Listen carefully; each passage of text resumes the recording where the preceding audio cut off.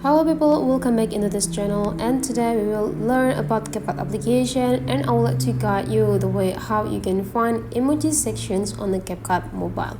So you just need to open the CapCut application as well as the project that you work on, and then here is the video that I would like to show to you today. And let's check.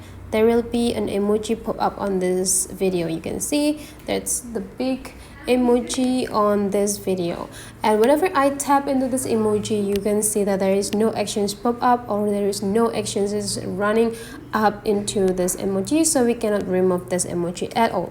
First thing we have to do is just make sure that this section of the emoji is active. How to do that? Take a look on this button feature and tap into the text. That will be activating everything related to the text on the video, so you can just like pick the sections, and then whenever you got the section, just tap into the emoji section, and then you just need to go tap into delete, and those emoji could be removed. So that's for today's tutorial. Hopefully you enjoy this, and let's meet again into other tutorial.